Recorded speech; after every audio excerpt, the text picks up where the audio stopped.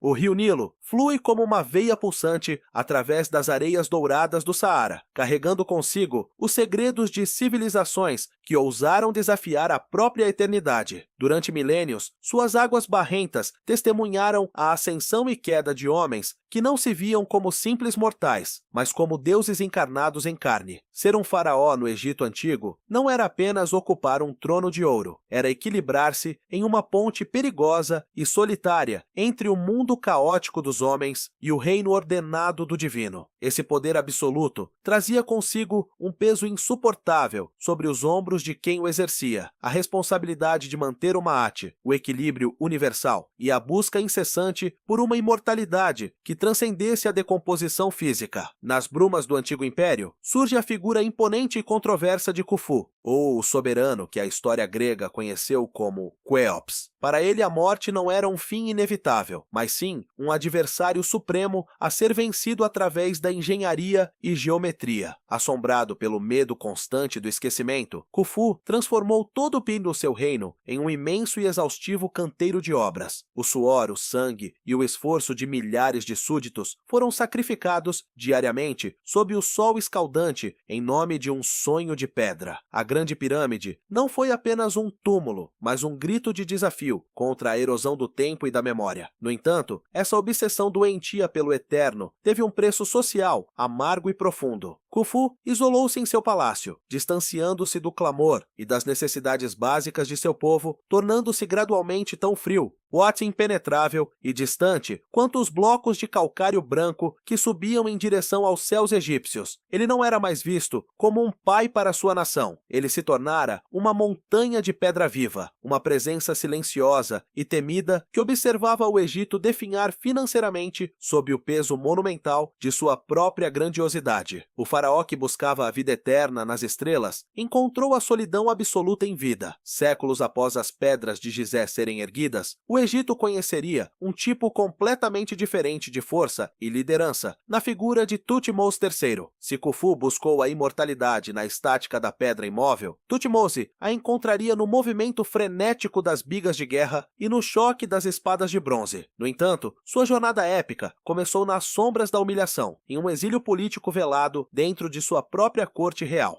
Por longos e tortuosos anos, ele viveu sob o comando absoluto de sua madrasta, a poderosa Hatshepsut, aguardando, com uma paciência fervilhante e rancorosa, o seu legítimo direito de nascença. Enquanto ela governava com diplomacia, fomentando o comércio e a arquitetura, o jovem herdeiro cultivava um fogo interno de revolta, preparando-se para o dia em que o mundo finalmente conheceria a fúria de seu nome. Quando as rédeas do império finalmente caíram em suas mãos, Thutmose III explodiu como uma tempestade de areia impiedosa sobre as nações vizinhas. Reconhecido por historiadores modernos como o Napoleão do Egito, ele liderou 17 campanhas militares consecutivas sem nunca conhecer a derrota, expandindo as fronteiras do império desde as margens do rio Eufrates até as cataratas da Núbia.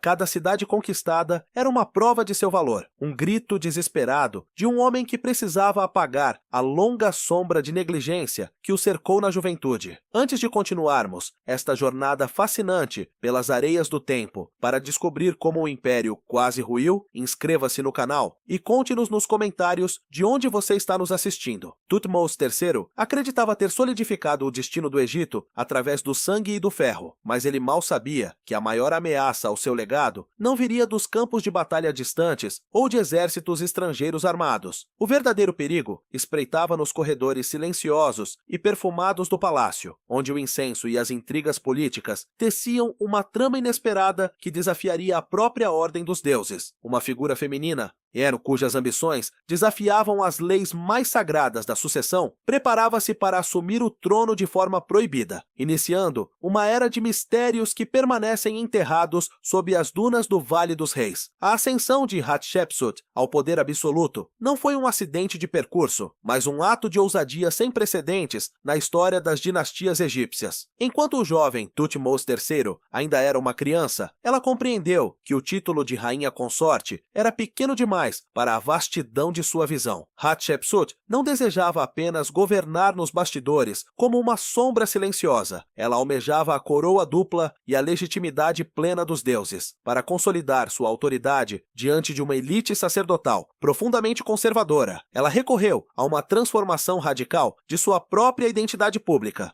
Abandonando os trajes femininos tradicionais, a soberana passou a vestir-se com a indumentária masculina dos faraós, adotando até mesmo a barba postiça cerimonial, o símbolo máximo da divindade real na Terra. Ela não era mais uma rainha regente cuidando de um herdeiro. Ela se tornara um rei em corpo de mulher, uma ponte viva entre o divino e o terreno. Sob o seu comando, o Egito não buscou a glória através do derramamento de sangue em campos de batalha distantes, mas sim através da riqueza gerada pelo comércio e pela arte monumental. Suas famosas expedições navais para a misteriosa terra de Punt trouxeram para o Vale do Nilo árvores de incenso, marfim, ouro e animais exóticos, transformando Tebas em um centro de opulência e sofisticação cultural nunca antes visto. Entretanto, essa prosperidade escondia uma solidão profunda e um conflito latente que corroía as bases do palácio. Hatshepsut governava com uma mão de ferro envolta em seda, mas nunca conseguiu silenciar completamente os sussurros de desaprovação que ecoavam nos corredores escuros do templo de Karnak. A traição, que ela tanto temia, não ocorreu durante sua vida, mas manifestou-se como uma fúria póstuma. Após sua morte, iniciou-se uma campanha sistemática para apagar seu nome da memória coletiva. Suas estátuas foram marteladas até virarem pó, seus cartuchos reais foram raspados das paredes dos templos, e seus obeliscos imponentes foram cercados por muros de pedra, para que ninguém mais pudesse ler suas conquistas. O Egito tentou, de forma cruel e deliberada, esquecer a mulher que ousou ser homem,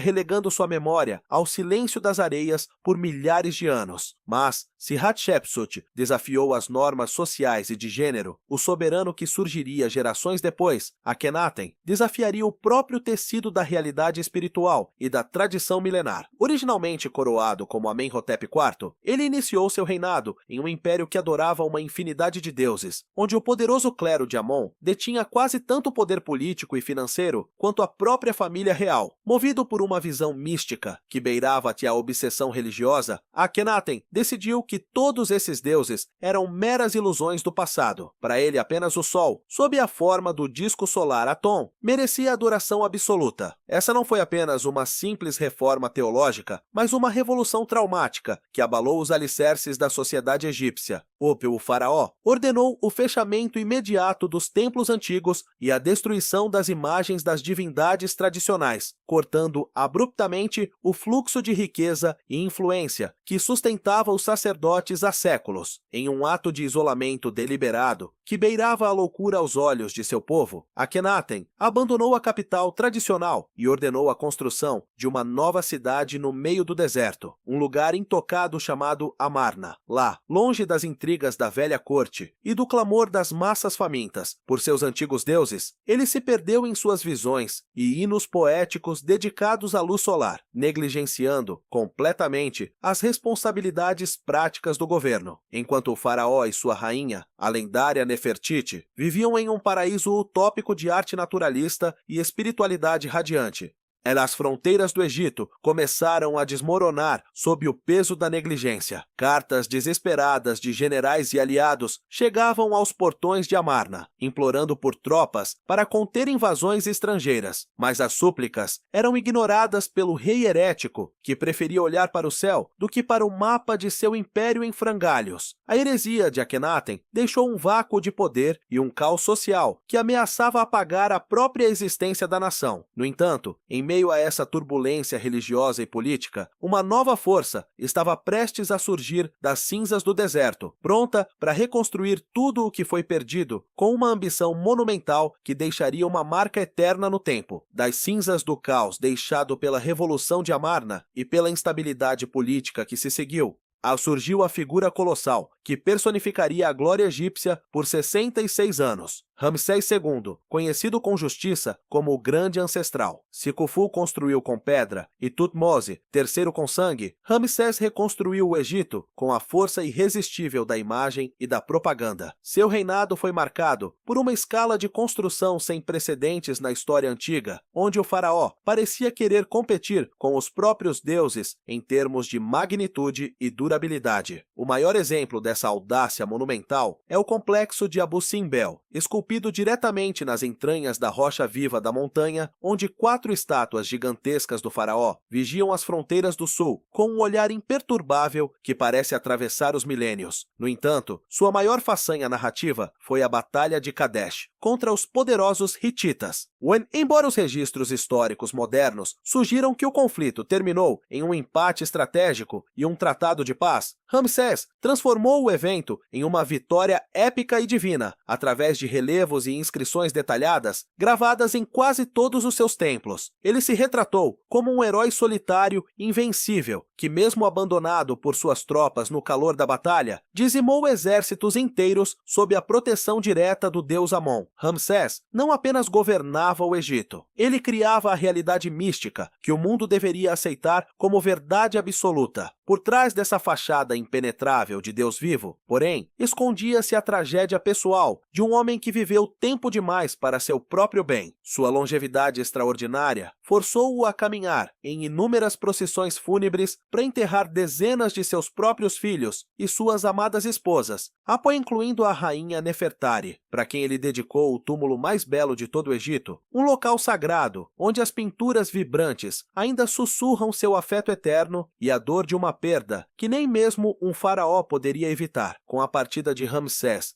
II para o campo de juncos, na vida após a morte, o brilho do ouro egípcio começou a empalidecer sob a poeira das invasões constantes e da lenta erosão da autoridade central. O império que outrora parecia uma rocha eterna e inabalável, entrou em um longo e doloroso crepúsculo, sendo fustigado pela pressão dos misteriosos povos do mar. Esses invasores desconhecidos, que surgiam como uma tempestade vinda do Mediterrâneo, desestabilizaram as rotas comerciais e exauriram os tesouros reais com guerras defensivas exaustivas. O trono, antes ocupado por divindades manifestas, passou a ser disputado por generais mercenários, governantes estrangeiros e sacerdotes ambiciosos, enquanto a soberania do Egito era fragmentada por líbios, núbios, persas e, finalmente, pelos macedônios liderados por Alexandre o Grande. Foi nesse cenário de decadência terminal, onde a tradição lutava contra o esquecimento, que surgiu o último grande ato do drama faraônico, Cleópatra VII. Diferente dos soberanos do Antigo Império, Cleópatra era de linhagem macedônica, descendente dos generais gregos, mas em seu espírito pulsava uma ambição puramente egípcia. Ela compreendeu que a sobrevivência de sua pátria dependia de uma diplomacia afiada e de um intelecto brilhante. Cleópatra foi a primeira de sua dinastia a aprender a língua do povo e a abraçar os rituais milenares com a convicção de quem via no título de faraó um destino sagrado. Em um tabuleiro de xadrez geopolítico, onde Roma se erguia como uma superpotência brutal, ela usou sua inteligência estratégica e seu magnetismo pessoal para forjar alianças perigosas com os homens mais poderosos do mundo, Júlio César e Marco Antônio, na esperança desesperada de preservar a independência de sua nação. O confronto final entre a tradição milenar dos faraós e o pragmatismo militar de Roma ocorreu nas águas turbulentas de Áxio, onde os sonhos de uma soberania egípcia restaurada foram afundados pela frota implacável de Otaviano. Com o suicídio ritualístico de Cleópatra, a linhagem dos deuses que caminhavam sobre a terra foi interrompida de forma definitiva, encerrando um ciclo de 3.000 anos. O Egito, a fonte original de toda a sabedoria e a joia mais cobiçada do mundo antigo, foi reduzido a uma simples província administrativa destinada a alimentar o apetite insaciável do Império Romano. O trono de Khufu e Ramsés estava agora vazio e silencioso, entregue ao domínio estrangeiro. Contudo, em uma ironia poética que ecoa através das dunas infinitas, os faraós alcançaram a imortalidade que tanto perseguiram, não através do poder político contínuo, mas através da memória indelével que gravaram nas areias do tempo. Milênios depois que os nomes dos generais romanos se perderam em notas de rodapé de livros empoeirados, o mundo moderno ainda olha com absoluto assombro para a magnitude das pirâmides de Gizé e para o olhar eterno de Ramsés em Abu Simbel. A sede de glória, o medo do esquecimento e a profunda complexidade humana de cada um desses governantes moldaram não apenas as pedras do deserto, mas a própria imaginação da civilização. Eles provaram que, embora as areias possam cobrir as cidades e o tempo possa desgastar o granito, nada pode apagar o brilho eterno daqueles que ousaram desafiar a própria morte para se tornarem lendas cravadas na história da humanidade.